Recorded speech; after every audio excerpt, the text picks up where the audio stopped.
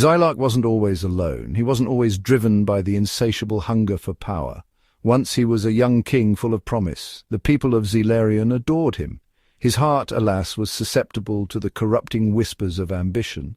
Xylarian, you see, was blessed with Zython, a rare potent energy source coveted throughout the galaxy. Xylark, blinded by the shimmering allure of this power, sought to hoard it all. He ignored the plight of his people. Their pleas for fairness fell on deaf ears. He became a tyrant. The once vibrant Xylarian began to crumble, the very lifeblood of the planet drained away by Xylark's insatiable greed. His reign was a cosmic tragedy, a stark reminder of the intoxicating, destructive nature of unchecked ambition. Little did he know a reckoning was fast approaching, a lesson far more potent than any stockpile of Zython could ever teach. The rebellion was swift, decisive. Xylark's own guard turned against him. His people, once so full of love, now looked upon him with eyes filled with betrayal and disgust. They stripped him of his crown, his power, his dignity. His punishment? Exile on a dying Xylarian. Alone he stood amidst the decaying grandeur of his once magnificent palace. The air, once sweet with the scent of exotic flora, now hung heavy with the stench of decay. The vibrant colours of his world were now muted, fading into a dull, lifeless monochrome. Days bled into weeks, weeks into months. The silence was his only companion, a silence punctuated only by the mournful sigh of the wind whistling through the crumbling ruins of his greed. He had time to reflect, to confront the echoing void he had created within himself. The ghost of his ambition, once so seductive, now haunted him relentlessly. Time, that great and terrible sculptor, began to reshape Xylark. No longer was he king, he was simply Xylark, a solitary figure wrestling with the consequences of his past. The planet, though dying, spoke to him. In the rustling leaves he heard whispers of forgiveness. In the flowing rivers he saw reflections of his own fractured soul. In the vast, star-studded sky he glimpsed the immensity of the universe and the insignificance of his own ego.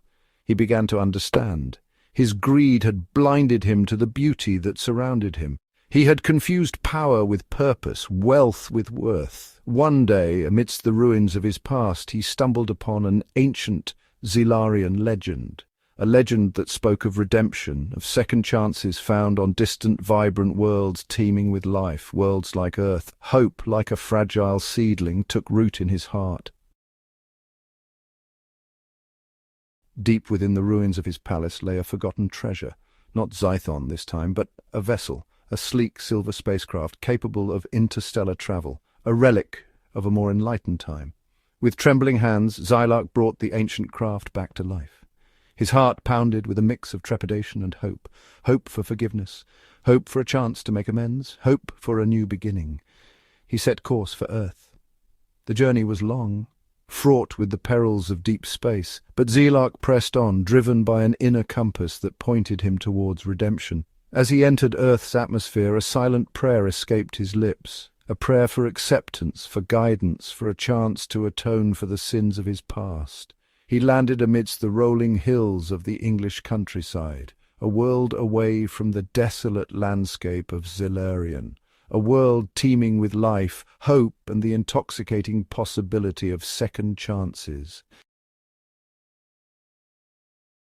Section 5. Miss Amelia and the New Boy. Amelia Bellwether was, to put it mildly, a force of nature. As a primary school teacher in the quaint village of Little Bumbleton, she approached her work with an infectious enthusiasm that could melt even the most cynical of hearts. Her energy was boundless, and her passion for teaching was evident in every lesson she crafted. She had a way with children, a way of making learning an adventure, a joyous exploration of the world and all its wonders. Her students were always eager to come to class, knowing that each day held a new surprise.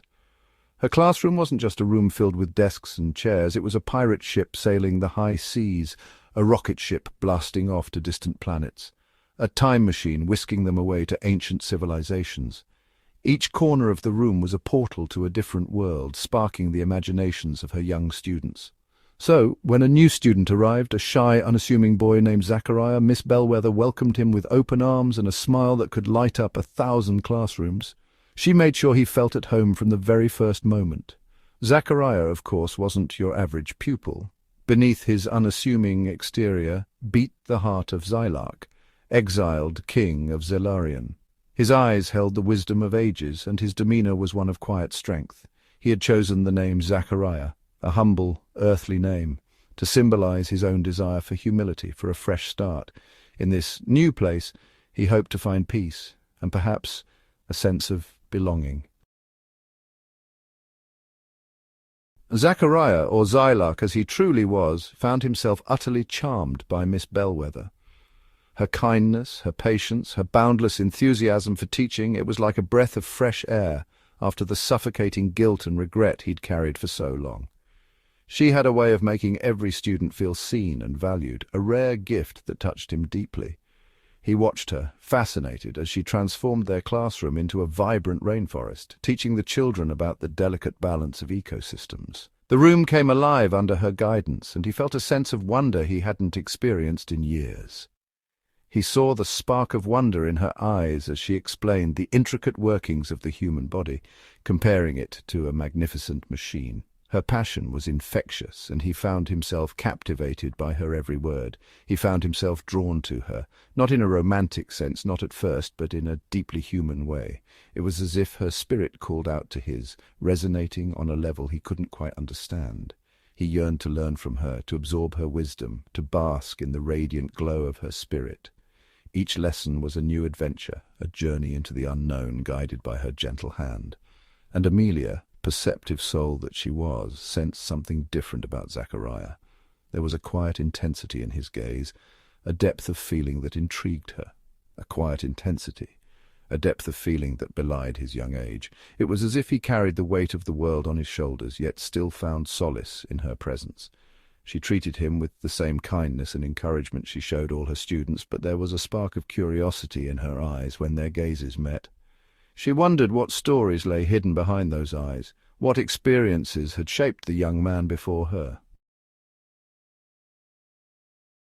As the weeks turned into months, an unexpected bond began to blossom between Zachariah and Amelia. She helped him adjust to life on Earth, patiently explaining the nuances of human customs and culture. He, in turn, shared with her stories of his past, carefully omitting his royal lineage and focusing instead on the lessons he had learned. Their conversations would often stretch long after the school day had ended, losing themselves in discussions about literature, history, and the wonders of the universe. Amelia found herself captivated by his unique perspective, his insightful observations about the human condition, and Zachariah, well, he found himself falling deeply, irrevocably in love with Amelia. Her laughter was music to his ears, her smile a beacon of light in his once dark world. He loved her compassion, her intelligence, her unwavering belief in the inherent goodness of humanity. Determined to prove himself worthy of Amelia's affection, Zachariah, or rather Xylarch, decided to use his advanced Xylarian technology for good. He began subtly, anonymously donating to local charities, funding environmental projects, even ensuring the village's annual summer fete was the most spectacular one yet. His actions didn't go unnoticed. Amelia, touched by the sudden wave of generosity sweeping through Little Bumbleton, spearheaded a campaign to find their mysterious benefactor. It amused Xylarch to no end, watching her chase shadows while he, the cause of it all, helped to search. To spend time with Amelia, he even volunteered at the school, becoming a beloved figure among the children as Zack the storyteller, weaving fantastical tales during playtime. He was no longer the power-hungry king. He was a man in love, humbled by the woman he adored, finding joy in the simplest of acts.